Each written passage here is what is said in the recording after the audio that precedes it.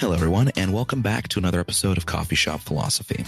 I'm your host, Killian Hobbs, managing editor for Being Libertarian LLC, which includes beinglibertarian.com, think-liberty.com, rationalstandard.com, and, of course, our publishing house, Champion Books, which does have the inaugural book out, Igniting Liberty, Voices for Freedom Around the World. I've plugged this for the past several weeks. You've got the idea the book exists. If you haven't gotten a copy yet, that's on you at this point. It's a free country, but I do recommend it. As always, you can listen to our podcasts wherever you get your podcasts. You can follow us on all forms of social media.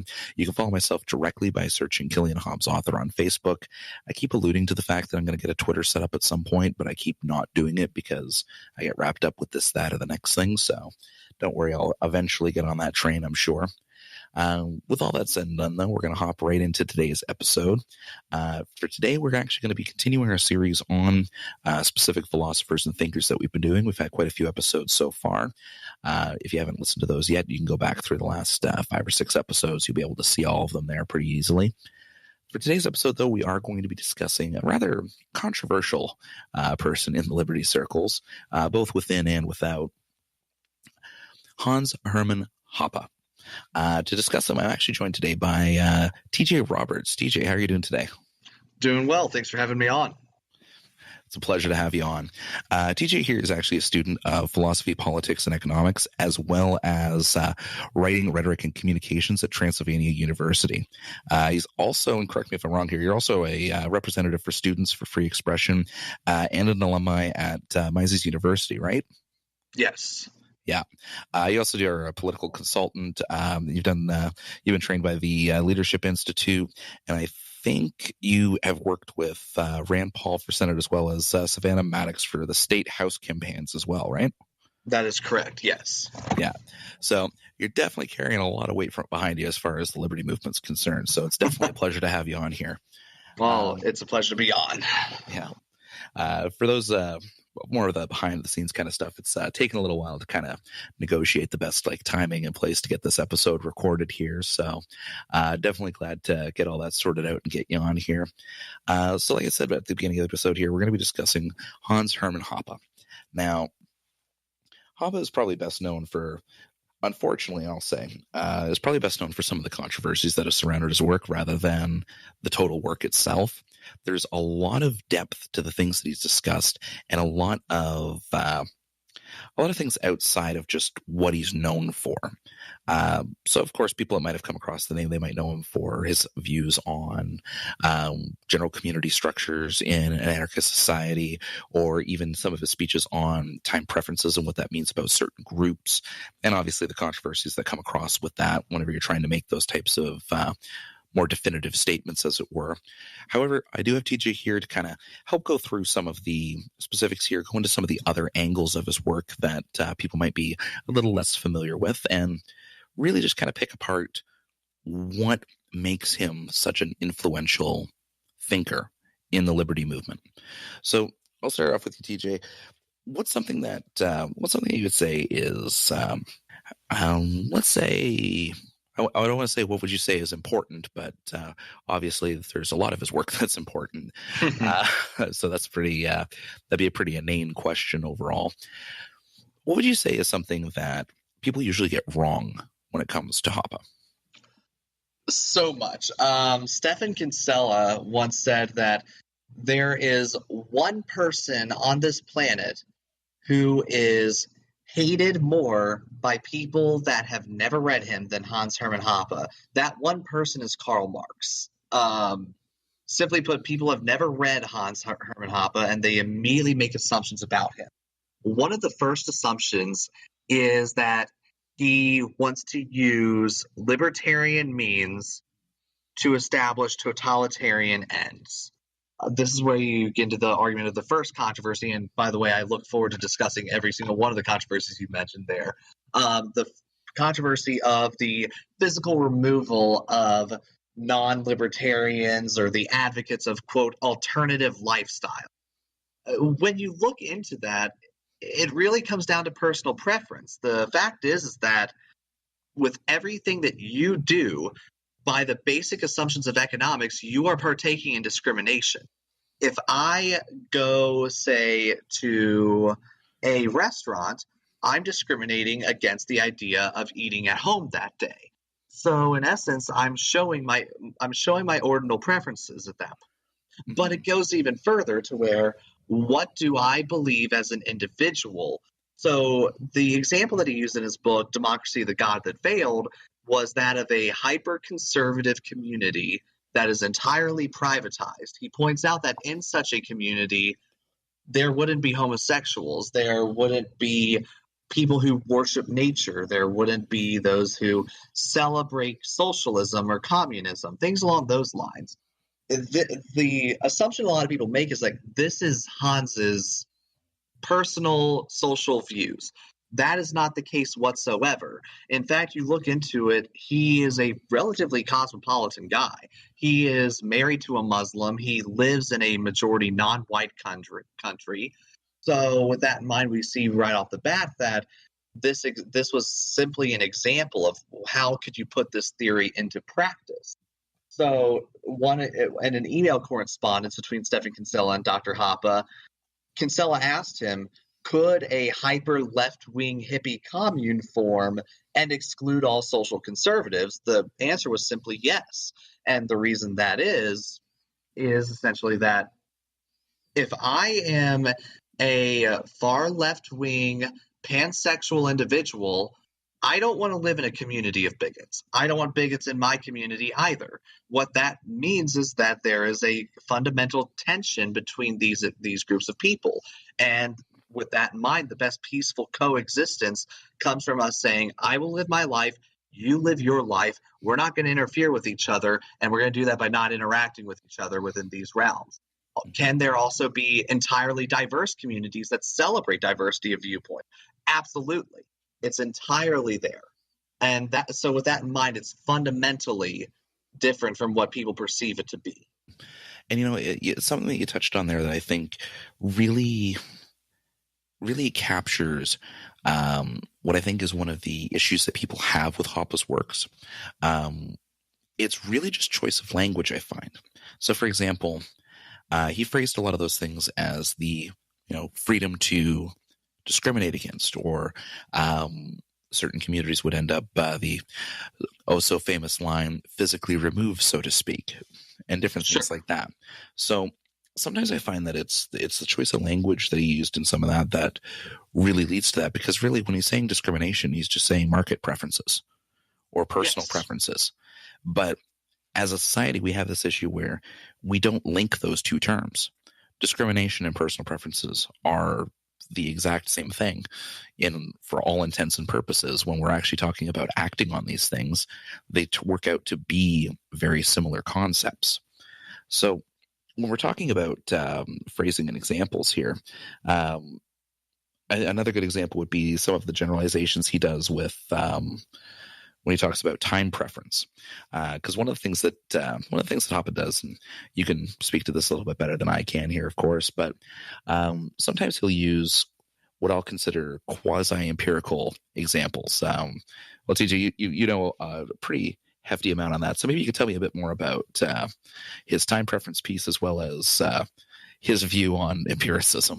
Sure. I'm going to start off with a brief word about phrasing as well, because that's one of the first hits that left libertarians like to jab at Hoppe with. Is his phrasing is inherently problematic.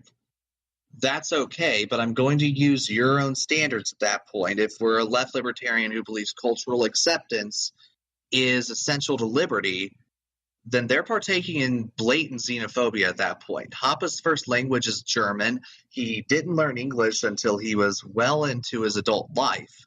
So with that in mind, they're going after him because he is not as culturally accustomed to the white American cultural standards that these left libertarians are inherently accustomed to, and therefore they're just being hypocrites at that point. So with the phrasing argument, it falls flat right there automatically. Now, to talk about empiricism and specifically with time preference, this is the next controversy. So this was early 2000. So with this, Dr. Hoppe was delivering a lecture in his Intro to Economics course in which he discussed time preference. And he pointed out that high time preference, which means that you prefer instant gratification over waiting. You are more inclined to take $1 now over $2 in 1 year, just as an example. And the example that he gave there was that of John Maynard Keynes. He pointed out that Keynes's philosophy can all be summarized into one of Keynes's more famous quotations, which is, "In the long run, we are all dead." So what he's saying is like that is an inherently high time preference way to look at things. And one of the potential explanations that we can look at is that of Keynes's homosexuality.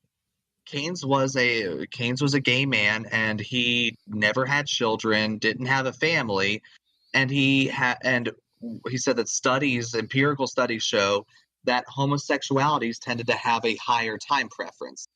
This led to a PR nightmare and led to UNLV attempting to take his tenure, attempt to remove him from the university. Fortunately, the ACLU and I believe the Foundation for Individual Rights and Education came to his defense.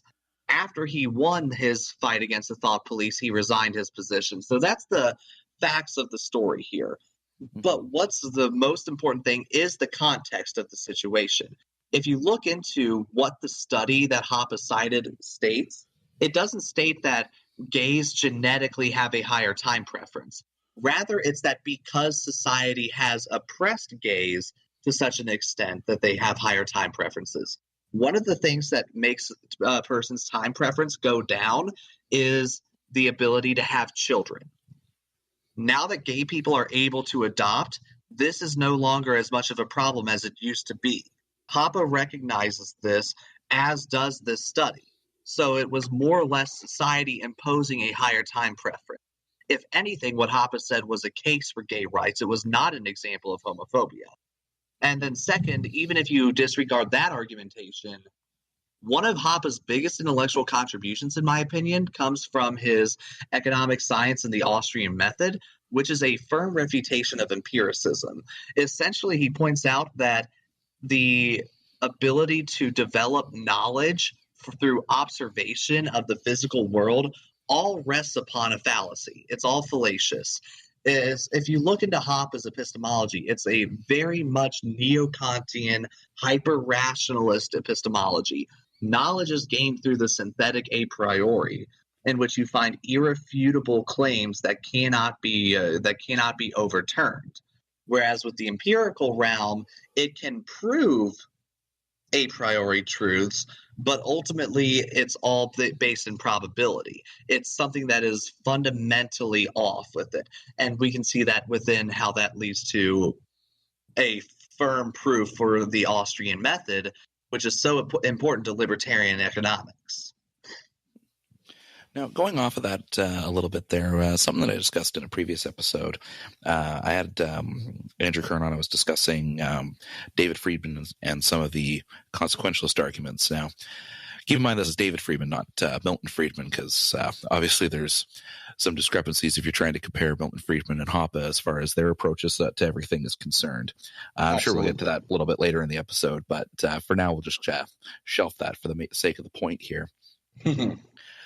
When we're talking about actually converting people, so when we're talking about we're bringing these ideas to someone who is outside of the liberty movement or might be in a disagreement with some of the conclusions that he's reaching through these type of a priori arguments, one of the things that David Friedman excelled at was applying consequentialist arguments or bringing some sort of impact to a person that might be outside of the libertarian sphere to say, okay, here's how this could actually go. Here's how it could apply. Here's the evidence to back that up. Here's hard examples of opposite legal systems existing based on, say, his new book and the like. So with that type of approach, you can see the benefits there as far as arguing to people who are outside of the movement to try to bring them into these ideas, and then they can start their own path of studying and find out everything else. What would you say as far as Hoppe is concerned? What would be his approach for bringing people who aren't necessarily on board with all of these concepts or are outside of the libertarian sphere? What would you say is the effectiveness of his ideas as far as converting people to it? I think depending on the person that you're appealing to, it can be the most effective methodology out there.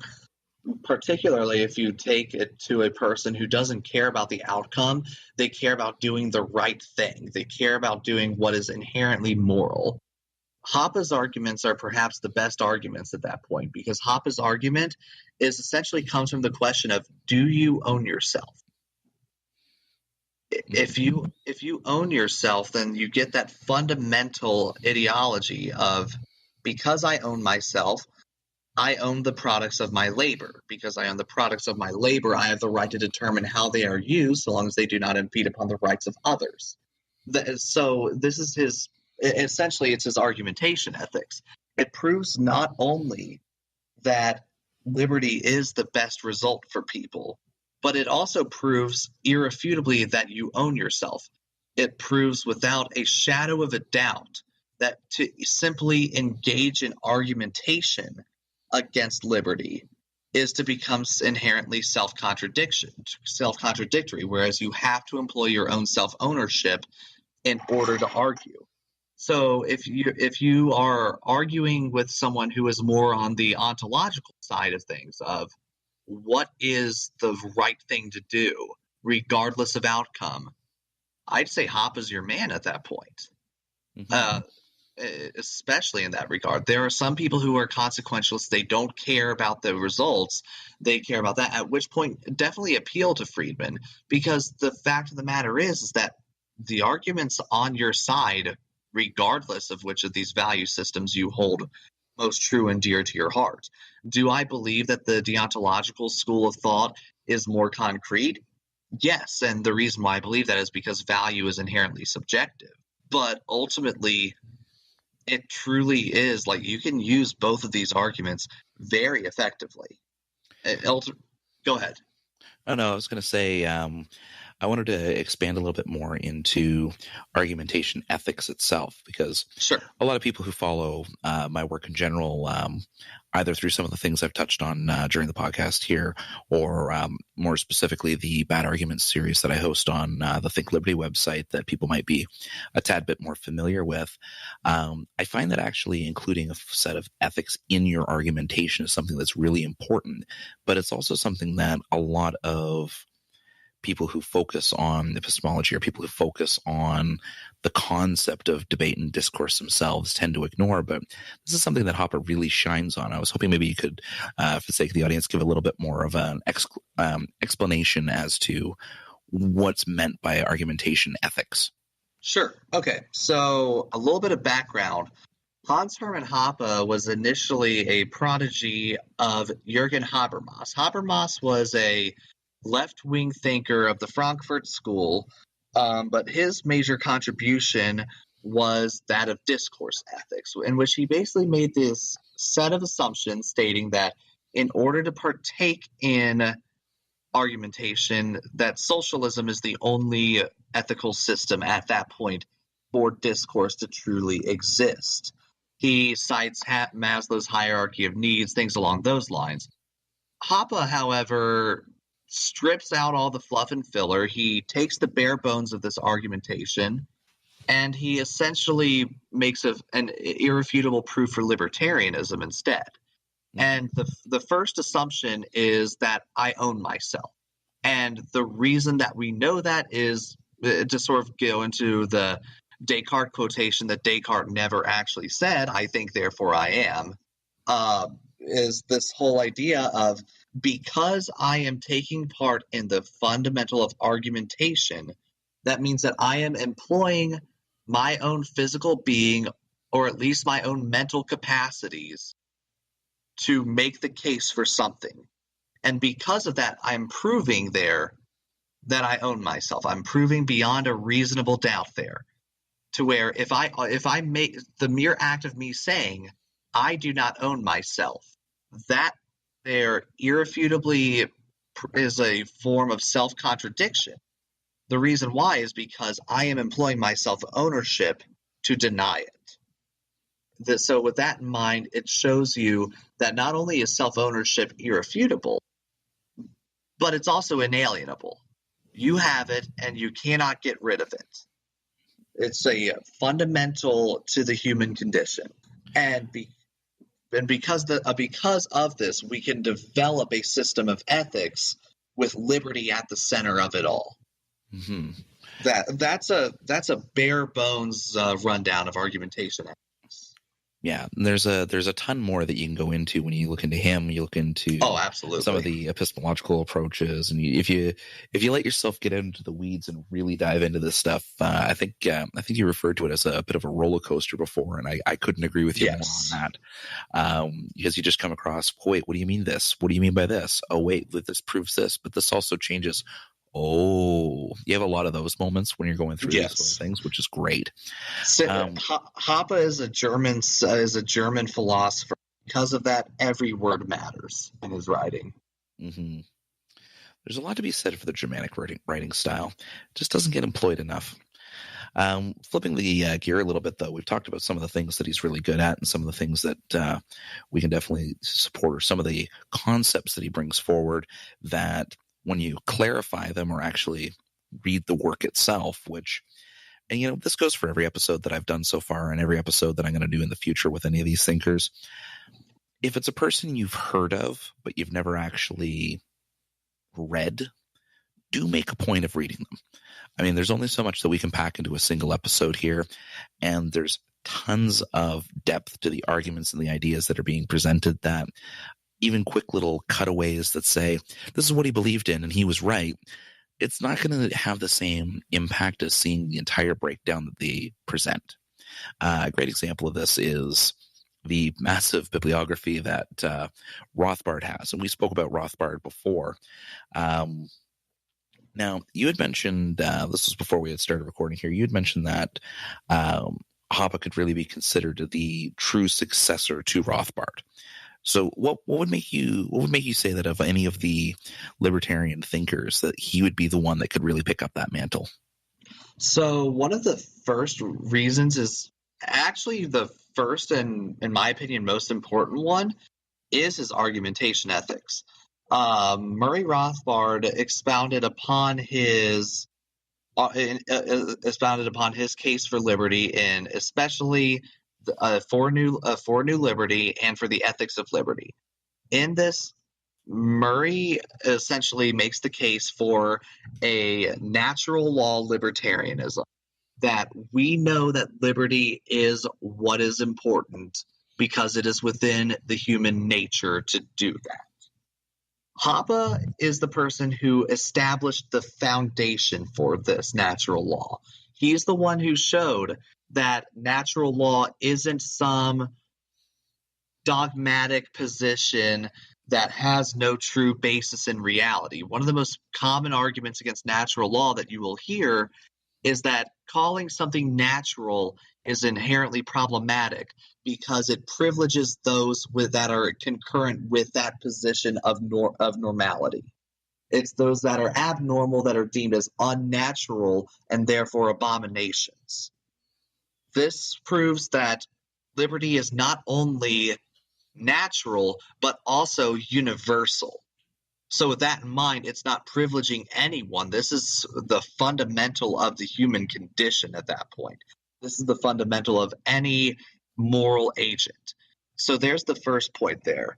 The second point is the fact that if we look to the Austrian school, at least in its current manifestation, it's really been a succession of Mises to Rothbard to Hoppe. And the reason for that is because they all had such a firm grasp on these Misesian assumptions. Once again, the pamphlet, Economic Science in the Austrian Method, it's a 90-page or so work, but it gives the ultimate foundation for essentially every economic claim that Mises and Rothbard ever truly made. And one of the bigger reasons why Hoppe is the successor to Rothbard is because Rothbard himself is the one who made that statement. That's more of an appeal to authority there, but it's just one of those very clear points on that. Yeah, I mean, if someone has the mantle, it's not really an appeal to authority to say that they're the one that has the right to hand that mantle off. So now that's right. I think that gives us a pretty good idea there. And obviously, again, if you go through his work, you can see a lot of the similarities in the very direct argumentation style and the way that every angle is preemptively attacked, accounted for, and packaged. Something that I like between both writers is even if you find things that you agree or disagree with them, the way that they argue it out and the way that they explain these concepts. They do it so that you're not really left sitting and guessing things that they had left out. It's very concise and packaged when it's all said and done. So there isn't really much room for error in what they said or what they meant to say. But when we're talking about that side of things, this is something I've asked everybody so far, so I definitely got to ask you here. What would you say is something that Hoppe has supported or an idea that he's had that you personally disagree with? He hasn't written on this topic, but I disagree with him about abortion. In a Q&A session, Hoppe was asked about abortion, at which point he said that should be a decision left between the mother and the doctor. I'm not of that persuasion. I'm culturally pro-life, politically evictionist. So essentially, my belief is that you have the right to remove an infant from the mother, but you do not have the right to kill it. Okay, so like one example of this would be if I invited you onto my airplane, for example, and then I kicked you off without a parachute, I'm a murderer at that point. And I believe that modern science is making this pro-life, pro-choice dichotomy irrelevant. And that's something that I fundamentally disagreed with Hoppe on. Another thing that I sort of disagreed with him on, his speech, libertarianism and the alt-right, I believe that he gave a little bit of a misclaiming to it. What he was describing in that speech wasn't the alt-right. He was describing the new right. And that's such a nitpicky thing, but the new right overwhelmingly is different from the alt-right because the alt-right is a political subculture that views race as the most important issue or one of the most important issues in modern politics, whereas the new right is the loosely collected conglomerate that views progressivism as the enemy of society. That is a very nitpicky disagreement, but if you contextualize his speech to where you realize he's not talking about the alt-right, he's talking about the new right, it makes way more sense. Mm-hmm. I've heard that division before is the alt-right and the alt-light is actually one of the ways that I've heard that kind of division brought forward before.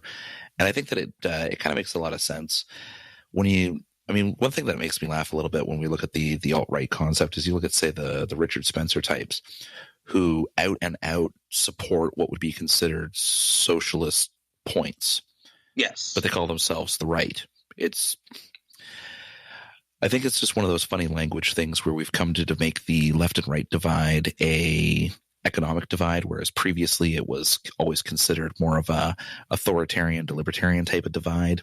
But it's one of those things that American politics had kind of screwed up the language for, which is, it's truly amazing because left and right really is neither of those things. Mm-hmm. Left and right is essentially a question of fact. Are some people better than others? And you can get that from Michael Malice. Michael Malice points that out brilliantly so, that you absolutely can have right-wing socialists, specifically the Nazis. And the reason why is because they come from a fundamental position of inegalitarianism. It's just a different type of inegalitarianism that we libertarians have. For example, we don't believe in equality of outcome. We don't believe in equality of opportunity. We believe in equality of liberty, and not just equality of liberty, but equality of maximum liberty. Mm-hmm. If that makes any sense.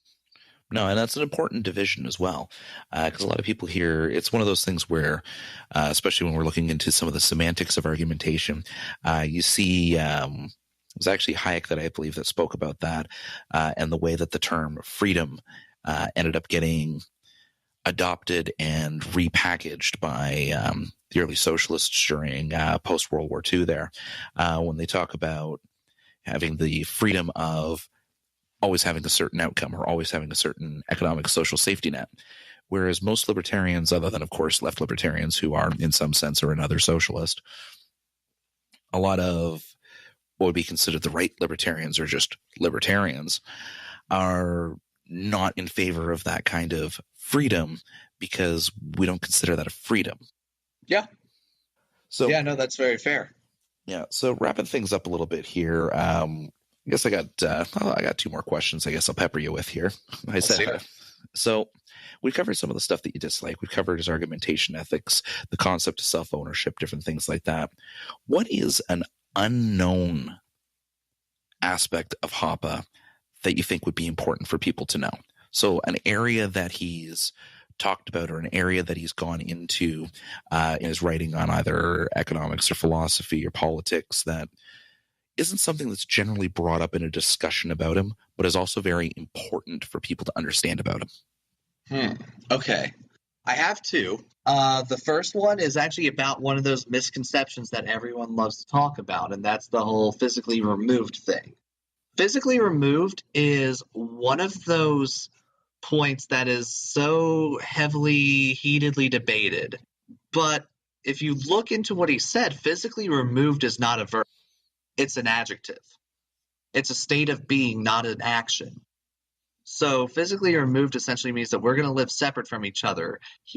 If you really ask him what he wants, this isn't something that is really like public, of course. Like, it's something that you can postulate from his writings. What he wants is peace. He wants people of every lifestyle and every persuasion to be able to peaceably live for themselves among people with whom they agree. And that is what he is trying to discuss in that point. And he goes as far as to show how the most hardcore, conservative, bigoted individuals can even live peacefully in a world in which the most hard left, nature worshiping gay hippies can also exist. That's the first one that I'd say. The second one is one of the big things about Hans Hermann Hoppe is people say that he is the pillar of paleo-libertarianism, of the culturally conservative types. And once again, he's a cultural cosmopolitan. And does he give great arguments for cultural conservatism? And does he state that cultural conservatism is something that can be used to defend the individual from the state? Yes. However, let's take a look into his history about what he has truly done within the paleo-libertarian, because he is the reason that the Paleo Alliance ended after Murray died. And he was speaking at a conference in 1996, and he said this quotation verbatim. It wound up being in his book on page 191 of Democracy, the God That Failed. And I'm quoting, by the way. For obvious reason, this doctrine, he's talking about Pat Buchanan's doctrine, is not so named, but there is a term for this type of conservatism. It is called social nationalism or national socialism. He called Pat Buchanan a Nazi to his face.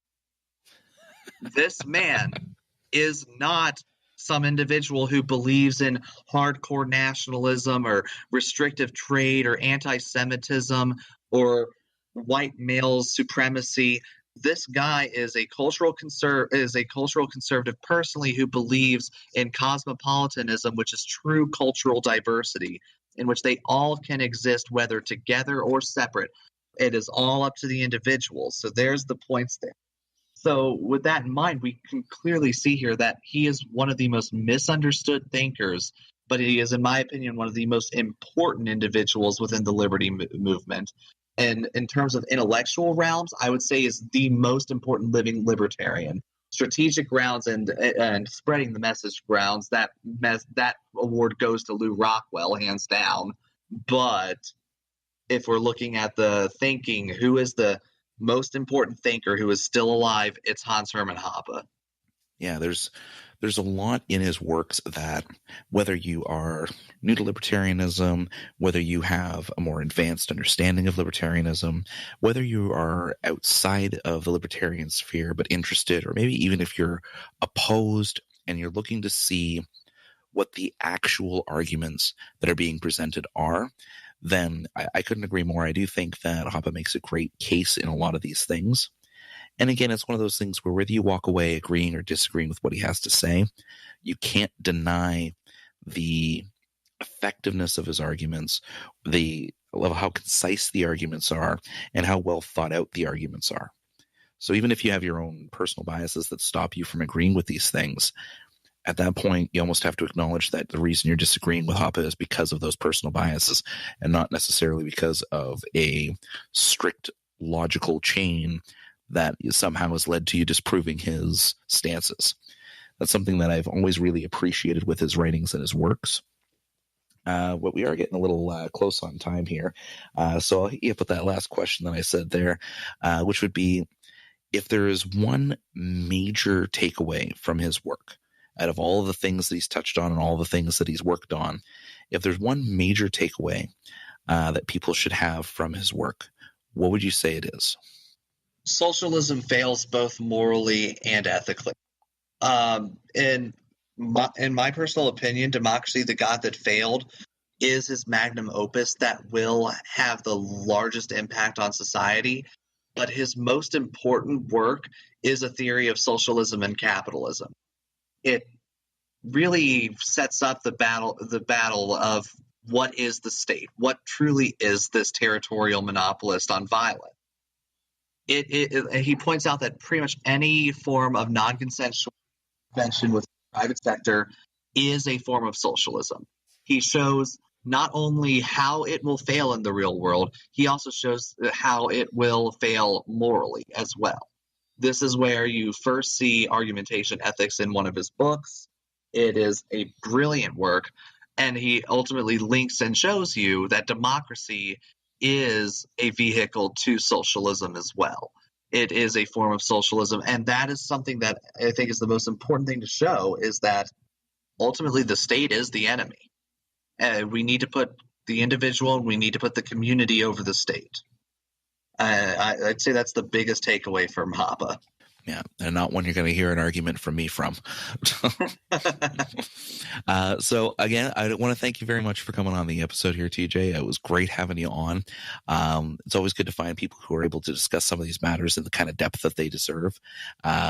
So to wrap everything up here, for everyone listening, you can, like I've mentioned at the beginning of the episode, follow us on all forms of social media. You can follow me directly on Facebook by searching Killian Hobbs Author. And if you haven't already, do feel free to leave a review on the page there. I love getting positive reviews from people that enjoy my works, whether it's the writing, the podcasts, or even just some of the random memes or puns that I happen to put on there. Again, TJ, thank you very much for coming on. Is there anything that you wanted to make mention of, or anything that people should keep their eye out for? As of right now, just keep on the fight for liberty. Make sure you read some of Hans Hermann Hoppe's stuff, because from Theory of Socialism, Capitalism, Democracy, his class analysis, everything like that, it's all brilliant.